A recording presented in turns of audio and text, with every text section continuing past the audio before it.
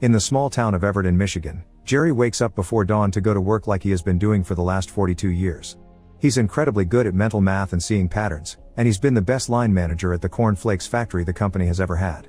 However, his line is coming to a close, so his bosses tell him it's time for him to finally retire. Later that day, Jerry has a retirement party with all his loved ones, his wife Marge, his son Doug, his granddaughter Liz, and his daughter Dawn. They even bring him a fishing boat as a retirement gift, but Jerry's mood doesn't improve. He feels lost without having something to do. A month later, Jerry still hasn't used the boat. Today he visits his accountant Steve, who informs Jerry that his account has only seen a growth of 2%, which is nothing. But Jerry refuses to put more into stocks because the risk is pretty much like gambling. At Steve's insistence, Jerry takes out the boat to the lake, but his hesitance causes him to make mistakes and the boat's motor ends up broken. Frustrated with himself, he leaves for his favorite store and hears the clerk explain how the roll-down works for the lottery. When the jackpot hits 2 million and nobody gets 6 numbers, the whole jackpot rolls down to the people that got 3 or 4, it basically means better odds. With this still fresh in mind, Jerry finds a fly explaining the whole lottery system and makes some calculations that allow him to find a loophole. Buying only one ticket only gives you minimum odds, but during roll-down week, you can earn more than what the ticket costs, meaning it's just a matter of buying enough tickets to make it profitable. With a plan in mind, Jerry goes to the bank to withdraw $2,000. The next day, Jerry spends all the money on tickets without telling Marge about it. Once the winning numbers are announced, Jerry does the math and is disappointed to discover he's lost a little over $300. His mood tanks, and after a failed game night with friends, Marge checks on him, but Jerry only tells her he's missed his chance in life. Marge disagrees, pointing out that good luck happens the same as bad. This simple phrase makes Jerry realize that his sample size had been wrong. The next time he goes to the bank, Jerry withdraws $8,000 and spends it all on tickets again. Sometime later, the lottery announces its winning numbers, and Jerry makes a little over $15,000. After getting paid, he hides all this cash in an old popcorn can in the pantry. A few days later, Jerry and Marge throw a little barbecue party for family and friends. Jerry finds Liz with the can of popcorn, so he has to convince her to let him borrow it for a second in order to move the money into a cereal box. After the party is over, Marge wants to ask Jerry about the pantry, and he panics thinking she's found the money. He confesses he's been playing the lottery and winning, but he didn't tell her because he was ashamed of risking their retirement money. Marge doesn't care though, they need to have fun, and this is the perfect project. Jerry and Marge decide to continue to play the lottery together, but when they go to the local store, they find the machine is gone. The clerk recommends one in Massachusetts, which would be quite a drive. Jerry asks Steve for his advice, and he confirms that driving to Massachusetts could be part of the investment and there would be no loss. He also wants to be part of it, so he adds $1,000 of his own. Driving all those hours makes for a wonderful time together for the couple. When they make it to the liquor store, they meet the clerk Bill, who explains getting $16,000 worth of tickets would take all day and he can't ignore the rest of the store just for them. Fortunately, they reach a deal and Bill allows them to stay if Marge works the machine herself. When night falls, they get a room at a motel and watch the lottery on TV. Then they spend the night checking the thousands of tickets, and by morning, Jerry has their winnings. They've made $21,000. Meanwhile in Harvard University, student Tyler is doing a research project on the odds of winning different types of lottery. His roommate Eric thinks it's stupid, but looking at the systems allows Tyler to find the same trick Jerry did. Back to the couple, they're arriving back in town when Marge has an idea. Jerry has always wanted to help people, and the more they bet the better the odds, so they could make their project even bigger. The next day, they go to see Steve to start a corporation, legally paying taxes and claiming expenses. They want to bring in the whole town and sell shares, that way they'll have more capital to invest and split the profits. Steve likes the idea and gets more shares of his own in the company that they shall call G's Investment Strategies. Afterward, Jerry gets together with people in town to explain the idea, and everyone accepts to join. Dawn is quick to buy her own share too, but Doug isn't interested. Math isn't his thing and he's tired of Jerry pushing the subject. Even when he was a little kid they spent a lot of time counting coins because Jerry thought it was fun. For once, he wishes he could have fun with his father the normal way, like throwing a ball. The next time they go to Massachusetts, Jerry and Marge bet $40,000. Bill doesn't mind them using the machine this much, but there's no way they can finish before closing time and he can't have customers inside that late. Jerry invites Bill to join the company, and now that he and Marge are technically partners, they can stay in the store for as long as they want. By the end of the night, Bill brings 2 of his friends as shareholders. When they return to the motel, Marge puts some of her own nice sheets on the bed, and they leave the counting for the next day so they can spend the night together like they haven't done in a long time.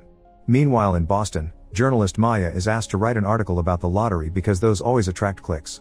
The next morning, Bill comes to the motel room with the tally of the winnings sold by the store. They've made $82,000, therefore doubling their investment. Their business just keeps growing from there, and Jerry and Marge don't get tired of their 10-hour trips because they enjoy their time together. Back in Harvard, Tyler shows Eric the results of the simulations he's been running, confirming the loophole is real. Tyler doesn't have the money to get started and refuses to ask his dad because he wants this to be his own thing.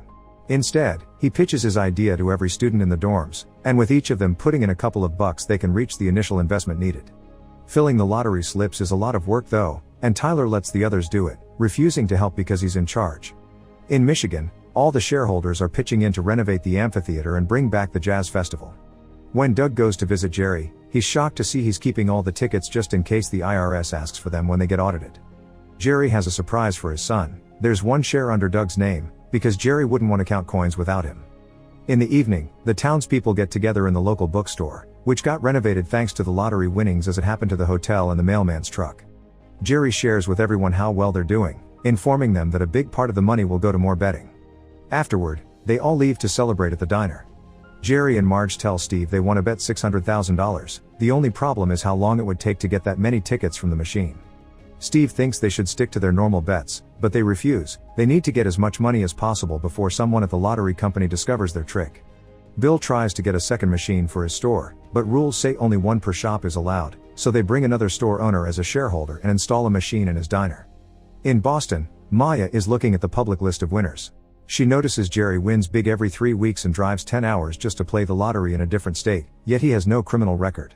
This smells like a big story, so her boss gives her the green light to look into it.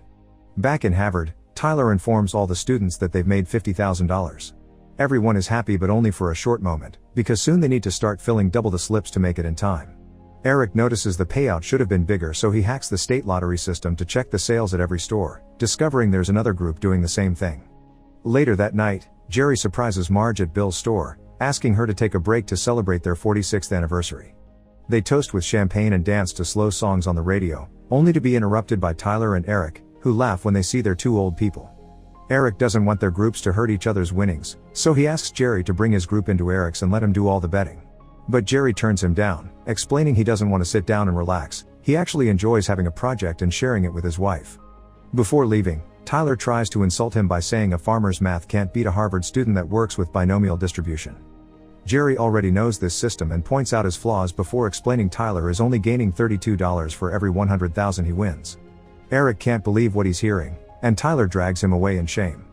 Maya goes to the lottery headquarters to try to get an interview with one of the executives. However, the man's aware of this guy that keeps winning and doesn't see the big deal because sometimes people get lucky, so Maya doesn't get anything juicy to publish. One morning, Jerry's approached by Tyler again. Unaware that the clerk can hear him, Tyler makes a threat. Jerry must give up the game or they will hack into all his personal accounts and identity to bring him down. In the evening, during the new library meeting, he tells the townspeople they can't play anymore, although he blames a new variable that he doesn't expand on. The store clerk tells Doug what really happened, so Doug talks to his dad to remind him this isn't about math, it's about being human.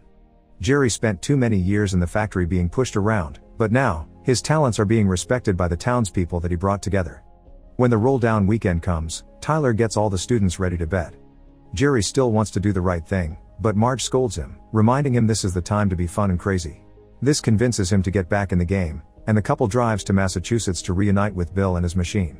At Harvard, Eric and Tyler notice Jerry called their bluff and is still active, so Tyler comes up with a plan. They need to create a roll-down when nobody expects it, that way they can take it all.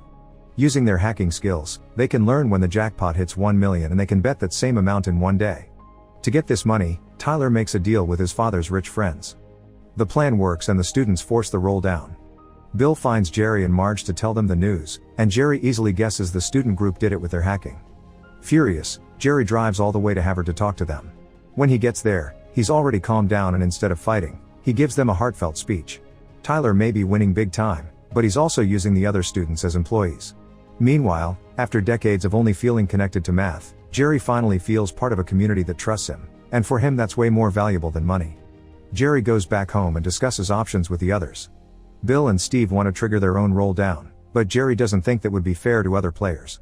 Steve can't believe that the lottery is doing nothing about the students, making Jerry realize that if the lottery is doing nothing it's because they don't care. Marge and Jerry travel to the lottery headquarters to have a talk with the executives. He points out the company knew about the loophole, and they didn't do anything because it was pushing their profits through the roof. Jerry promises to keep his mouth shut if the lottery offers transparency by posting the size of the jackpot on their website. That way everyone gets a fair chance. Marge also requests a second machine for Bill's store. The executives accept, and now Jerry and Marge can work side by side at Bill's.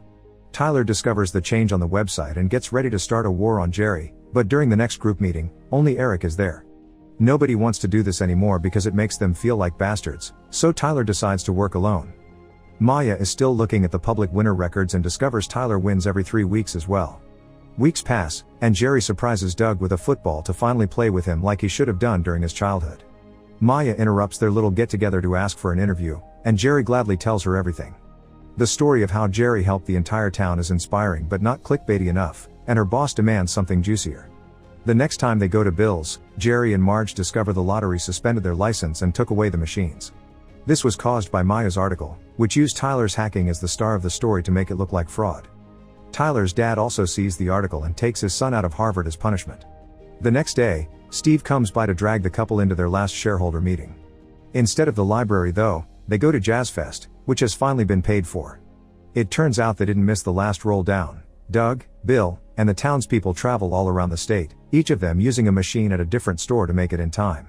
Jerry declares them to be a big family and stays to have a dance with his wife to celebrate. The betting group gets dissolved after the game phases out. Jerry and Marge use most of their winnings to start a construction loan business in town, and like most of their neighbors, they put their children and grandchildren through school. By the end, the group has made a total of $27 million, shocking his old factory bosses when they hear about it. Make sure to subscribe and turn on notifications so you can watch more videos like this. Thanks for watching.